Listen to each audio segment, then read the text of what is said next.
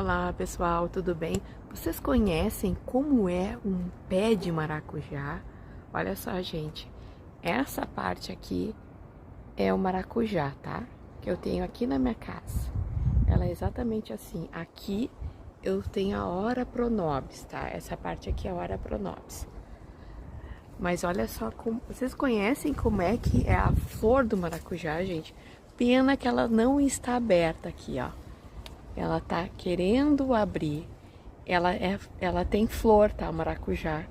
É o passiflora, né? Que o chá é feito com essas folhas aqui. E ela é uma trepadeira, para quem não sabe como é que é o maracujá. Tá? É isso aí, gente. Olha só que coisa linda. Tudo isso aqui é maracujá. Esse aqui é o maracujá doce.